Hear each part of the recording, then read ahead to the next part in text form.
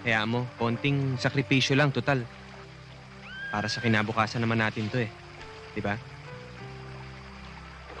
Siya nga pala, saan ka kukuha nung pera pambayad dun sa placement fee? Pinahiram ako ng mami ko kasi malaki-laki yung pensyon na nakuha niya eh. Ling?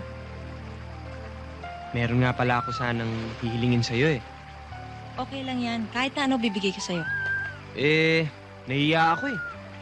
Naku, kainis ka. Kailan ka naman nahiya? Hindi, wag na lang. Eh di wag. Oh, hindi. Pwede sana. Habang nasa Saudi ako,